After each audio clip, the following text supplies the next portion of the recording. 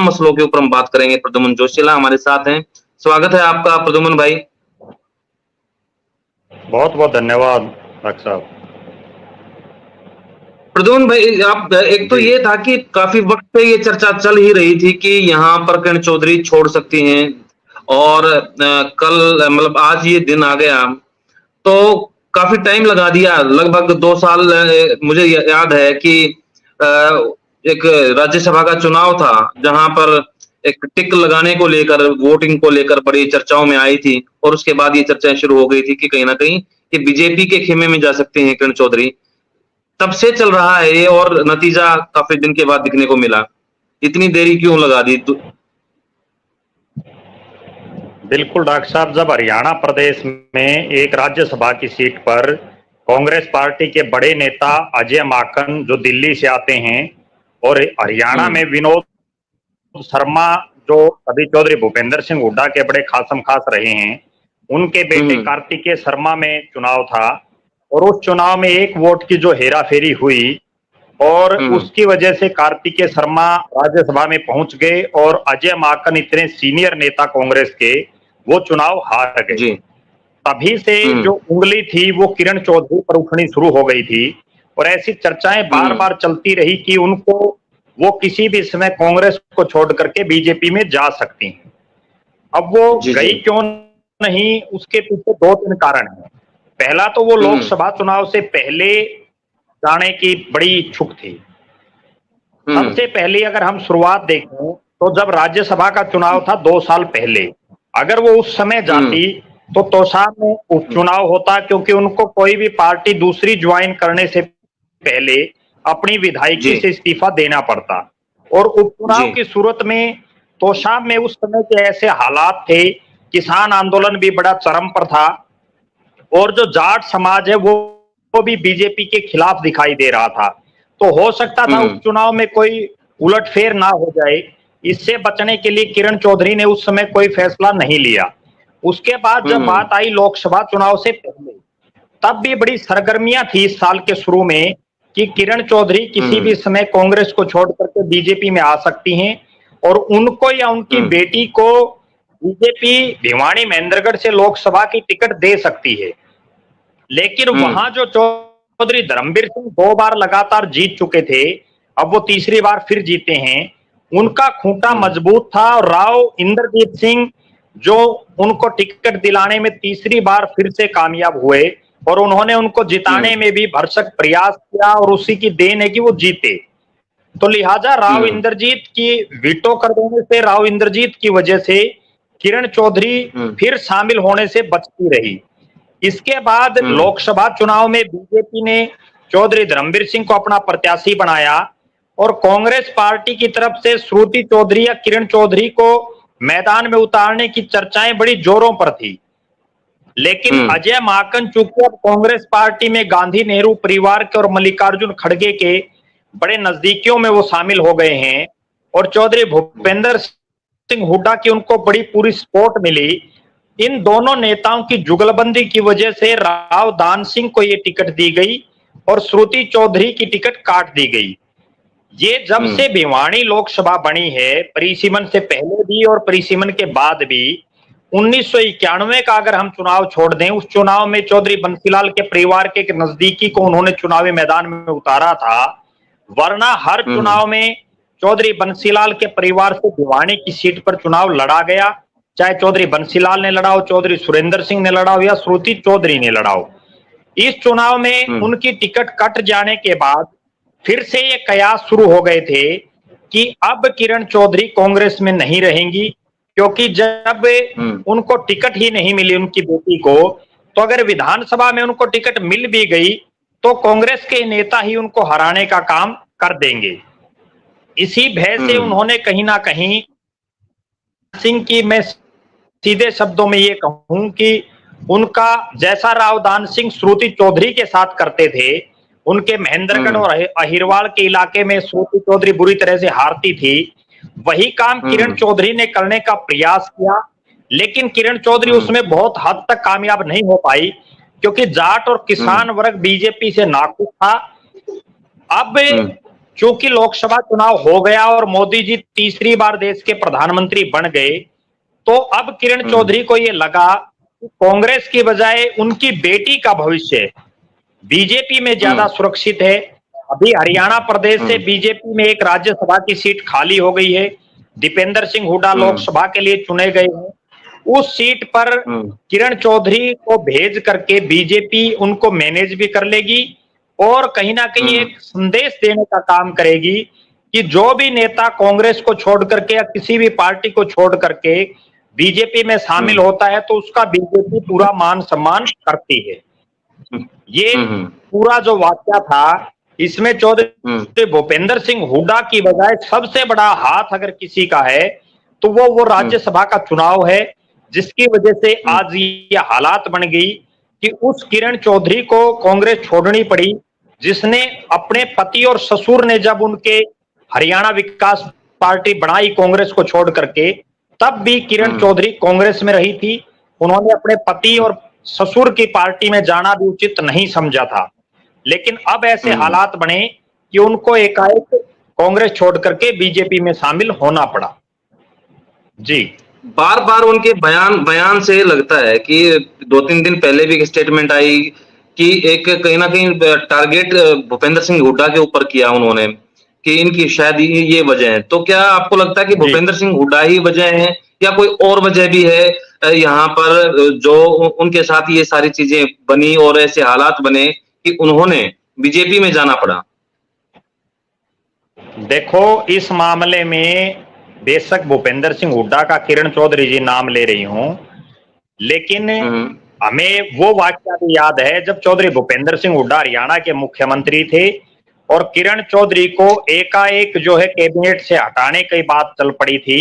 उसके बाद वो जो है अपना पद उन्होंने वापस हाईकमान पर दबाव बना करके और वापस वो मंत्री बन गई।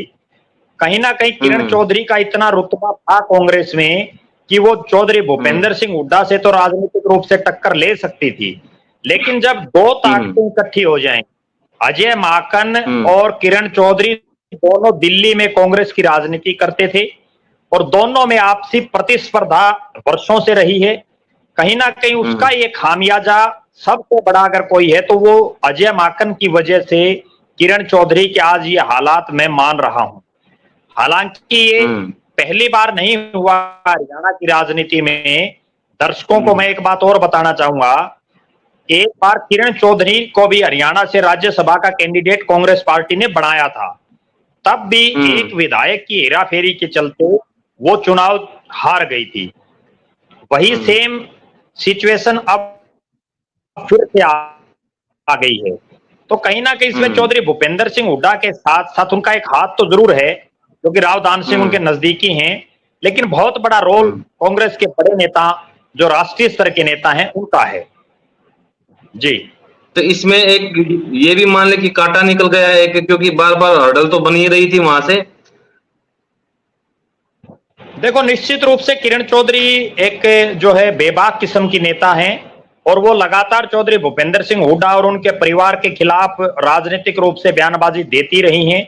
कहीं ना कहीं इसका जितना नुकसान होगा उसका फायदा भी चौधरी भूपेंद्र सिंह हुड्डा को यह होगा कि वो फ्री हैंड काम करने पर जो है उनको फ्री हैंड मिल जाएगा।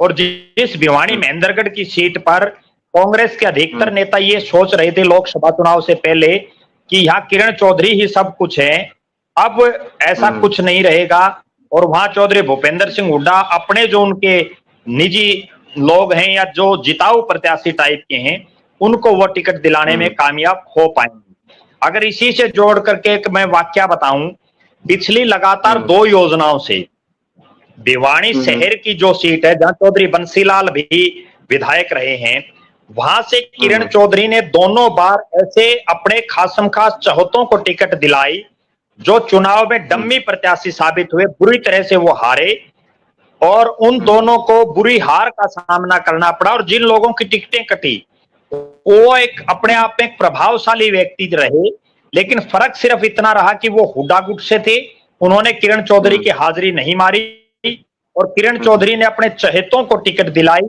चाहे वो हम भिवानी शहर की बात करें, दादरी की बात करें, लोहारू की बात करें ये तमाम वो इलाका था जहां वो हारे या जीते, लेकिन अपने निजी लोगों को ज्यादा एडजस्टमेंट किरण चौधरी ने देने का काम किया, जिसका कहीं ना कहीं नुकसान कांग्रेस पार्टी को हुआ। हम्म। अब ये जो कदम है तो वो बीजेपी के लिहाज से कैसा है और कांग्रेस के लिहाज से वहां पर क्या राजनीति पर असर पड़ेगा या पड़ सकता है? वहां जो इलाका है भिवानी का, तो वहां किसके आपके दृष्टिकोण से देखें तो लाभ हानि कहाँ दिख रही है आपको? नफा नुकसान कहाँ दिख रहे हैं? देखो, फिलहाल इतना तो निश्चित है कि किरण चौधरी के जाने से भारतीय जनता पार्टी को फायदा तो जरूर होगा, क्योंकि किरण चौधरी बंसीलाल के परिवार की राजनीतिक वारिस हैं और उनके जो परिवार का एक वोट बैंक है वो रणबीर महेंद्रा और उनके परिवार की बजाय किरण और श्रुति के साथ ज्यादा है। 10 विधानसभा क्षेत्र ऐसे हैं जिनमें भिवानी जिले के 4 हलके, भिवानी, लोहारू, तोशाम और भवानीखेड़ा, उसके बाद दादरी के 2 हलके, दादरी और बारडा, महेंद्रगढ़ के 4 हलके, महेंद्रगढ़, अटेली, नारनौल और नांगल चौधरी। ये 10 विधानसभा ऐसे हैं जहां किरण चौधरी का अपना एक प्रभाव है। इसके अलावा हिसार लोकसभा के भी 3 हलके और हैं जिनमें हांसी, नलवा और आदमपुर, ये हलके भी ऐसे रहे हैं जहां चौधरी बंसीलाल के परिवार का अपना एक वजूद किसी समय रहा है। तो आज भी उनके आने से निश्चित रूप से बीजेपी को फायदा होगा और कांग्रेस पार्टी को कहीं ना कहीं एक नुकसान तो जरूर होगा। अब उसकी भरपाई चौधरी भूपेंद्र सिंह हुड्डा के कंधों पर रहेगी। वो कितनी उसकी भरपाई कर पाते हैं, ये बड़ा सवाल है। जी, इसमें सूत्रधार कौन रहा सारे पूरे प्रकरण में? तो सूत्रधार कौन था? किसने मनाया, किसने डील की, क्या बात हुई? हरियाणा प्रदेश से जितने भी राजनीतिक फैसले भारतीय जनता पार्टी के लिए लिए जा रहे हैं, बेशक सीएम आज नायब सैनी हैं, लेकिन वो तमाम फैसले आज भी मनोहर लाल खट्टर जी ही ले रहे हैं। चौधरी वीरेंद्र डोमरखा से लेकर के और जितने लोग बीजेपी में शामिल हो रहे हैं, उन तमाम लोगों को कहीं ना कहीं मनोहर लाल खट्टर जी ही मैनेज कर रहे हैं। मनोहर लाल जी आज भी सुपर सीएम के भी ऊपर मैं उनको मान रहा हूं और उन्होंने ही कहीं ना कहीं किरण चौधरी को अपने खेमे में लाने का काम किया है। और ये अभी शुरुआत मैं मान रहा हूं लोकसभा चुनाव के बाद की, क्योंकि अगले जो 2 महीने हैं इसमें और भी ज्यादा तोड़फोड़ होगी और उसमें भी सूत्रधार मनोहर लाल खट्टर जी ही रहेंगे। ये एक अलग बात है कि शुरुआत कोई एक अधिकारी या कोई एक राजनेता करवा देता है, लेकिन उसके बाद अंतिम जो फैसला लेते हैं वो मनोहर लाल खट्टर जी ही लेते हैं। तो कुल मिलाकर सूत्रधार जो रहे हैं कहीं ना कहीं मनोहर लाल खट्टर हैं। और अब सवाल ये है कि और भी बड़े चेहरे हैं, काफी चर्चाएं हैं सियासी गलियारों में भी, ये छोड़ सकते हैं, वो भी छोड़ सकते हैं। तो ऐसी क्या है आपके पास भी सूचनाएं हैं जो सूत्रों के हवाले से हों? तो कौन लोग हैं वो बड़े चेहरे हो सकते हैं जिनके ऊपर चर्चाएं काफी हैं? दर्शकों को बताएं जरा। देखो, एक खास बात तो ये होती है कि जिस नेता की चर्चा राजनीतिक गलियारों में, चौक चौराहों पर चलनी शुरू हो जाती है, वो नेता देर सबेर कभी ना कभी जरूर फैसला ले लेता है। चाहे वो राव इंद्रजीत की जब चौधरी भूपेंद्र सिंह उप मुख्यमंत्री थे, चौधरी भजनलाल की चली हो, किरण चौधरी की चली हो, धर्मवीर सिंह की चली हो, वीरेंद्र सिंह की चली हो, कुलदीप बिश्नोई की चली हो, तमाम नेता वो देर सबेर जरूर हो जाती है। हो सकता है कोई 10 दिन में फैसला ले ले और कोई 2 साल में भी ना ले पाए। अब जिन जिन नेताओं की राजनीतिक गलियारों में चर्चाएं चल रही हैं, उनमें एक बड़ा नाम है, पूर्व में जो स्पीकर रहे हैं चौधरी भूपेंद्र सिंह हुड्डा के बड़े नजदीकी रहे हैं, गन्नौर के विधायक भी रहे हैं, कुलदीप शर्मा का नाम बड़ा तेजी से चल रहा है। धर्म सिंह छोकर जो समालखा के वर्तमान विधायक हैं, जिनके ऊपर जो है कई तरह का शिकंजा भारतीय जनता पार्टी की सरकार ने और जो तमाम जो प्रशासन है उसने कसा हुआ है, धर्म सिंह छोकर का नाम बड़ा तेजी से चल रहा है। और तीसरा जो बड़ा नाम और जो अप्रत्याशित नाम है वो करण सिंह दलाल, जो चौधरी भूपेंद्र सिंह हुड्डा के समधी हैं, उनका कहीं ना कहीं इस पूरे मामले में किरण चौधरी की ज्वाइनिंग के बाद भी और उससे पहले भी चल रहा था। तो ये 3 बड़े नाम ऐसे हैं जिनका बार बार नाम चल रहा है। अब ये क्या फैसला लेंगे, कब लेंगे, वो तो समय बताएगा। लेकिन राजनीतिक गलियारों में और राजनीति के जो जानकार हैं उनके बीच में चर्चा चल पड़ी है कि अब अगले 2 महीने में कई बड़े नेता बीजेपी में शामिल होंगे और कुछ नेता ऐसे भी हैं जो बीजेपी को छोड़ करके कांग्रेस में भी जाएंगे। उनका भी अपना एक प्रभाव है, लेकिन वो समय की करवट बताएगी कि टिकट किसको मिल पाएगी और टिकट मिलने के बाद क्या समीकरण बनेंगे। जी जी तो बीजेपी इस तरह से ले रही है कैंडिडेट, उधार के ही कहूंगा मैं तो, कि कांग्रेस से ले लिया, दूसरी पार्टी से ले लिया, तो मैसेज क्या देना चाहती है? तो जो चुनाव आएंगे तो इसके ऊपर क्या प्रभाव पड़ेगा वोटर्स के ऊपर, जो देख रहे हैं कि ये चीजें बदल रही हैं, ये यहाँ भी थे अब वहां पहुंच गए, तो क्या प्रभाव देखते हैं आप वोटर के हिसाब से? आप देखते तो देखो, मैं जो बीजेपी की सोच को समझ पाया हूं वो सोच ये दिख रही है कि हर हालात में सरकार आनी चाहिए। अगर सरकार आ गई तो वो सरकार जाने नहीं चाहिए।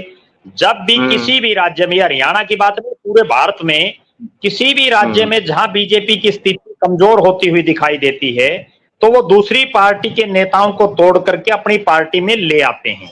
हरियाणा में भी हमने देखा कि बीजेपी तो 2 से और 6 के बीच में इनके विधायक आया करते, लेकिन जब 2014 में इन्होंने कांग्रेस को के तमाम जो बड़े चेहरे, चाहे राव इंद्रजीत हो, रमेश कौशिक हो, चौधरी धर्मवीर सिंह हो, वीरेंद्र सिंह हो, इन सभी को शामिल करवाया और उसके बाद माहौल ये बना कि बीजेपी की 47 सीटें आई और उनकी सरकार बन गई।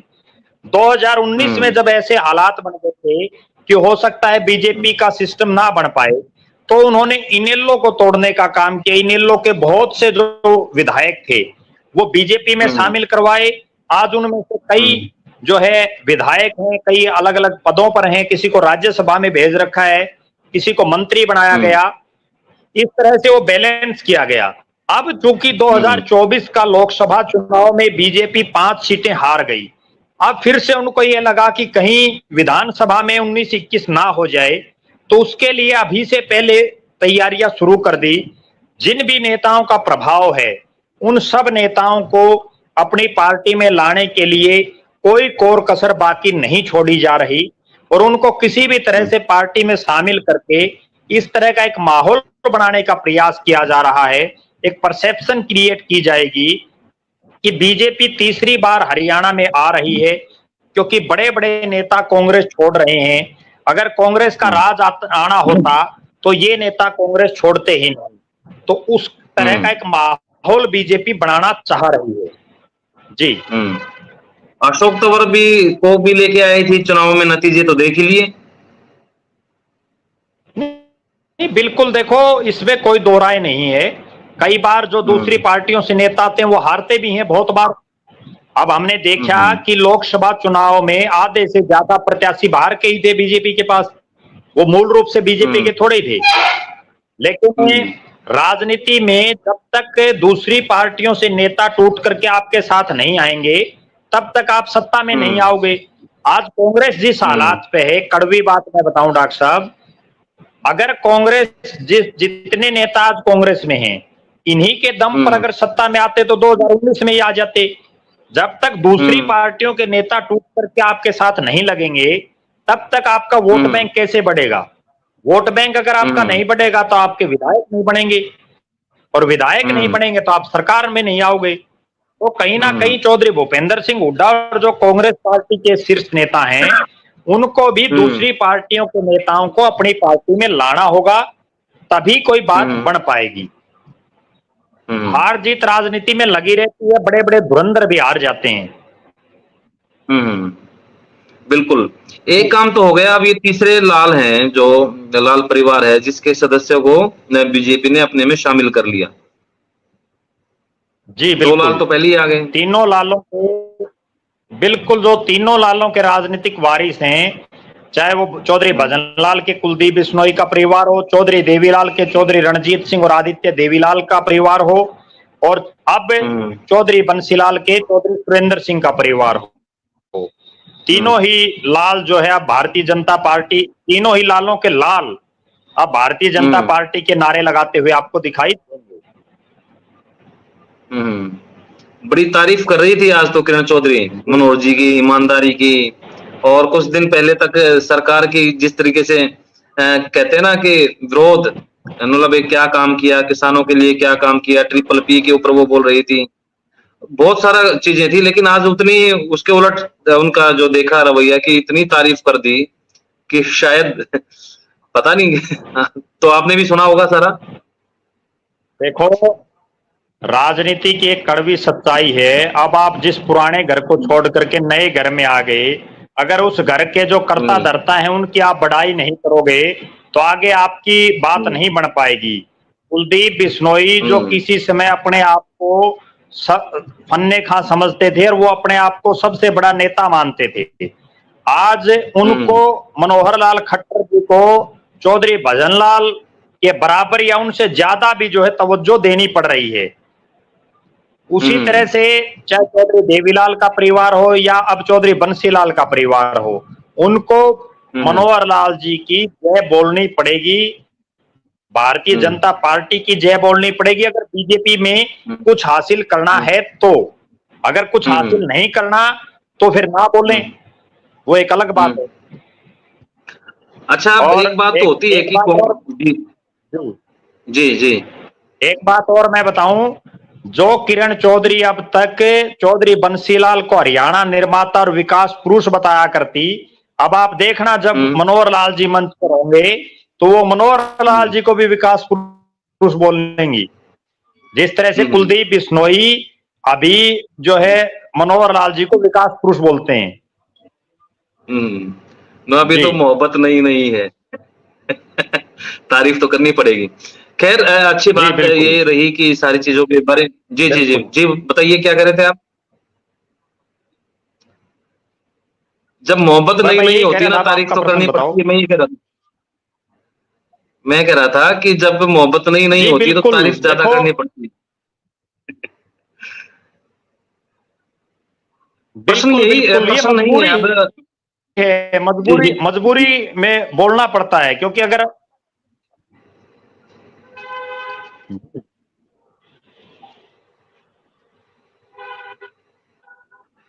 खैर, अच्छी जी डॉक्टर बात साहब। ये थी कि जी इतने दिन से जो कयास लगाए जा रहे थे कि आप किरण चौधरी कभी भी जा सकते हैं, कभी भी जा सकते हैं, वो अंततः बीजेपी में शामिल हो गई और उन्होंने खूब तारीफ की मनोहर लाल खट्टर की पर्सनली तौर पर। और यहाँ पर जो, हालांकि सही कारण नहीं बताए उन्होंने कि क्यों आई हैं यहाँ पर। उन्होंने सिर्फ ये कहा कि जो यशस्वी प्रधानमंत्री नरेंद्र मोदी जी की जो योजनाएं हैं उनसे प्रभावित होकर हमेशा एक स्क्रिप्ट उनको शायद दी जाती होगी, वही एक शब्दावली मैच करती है।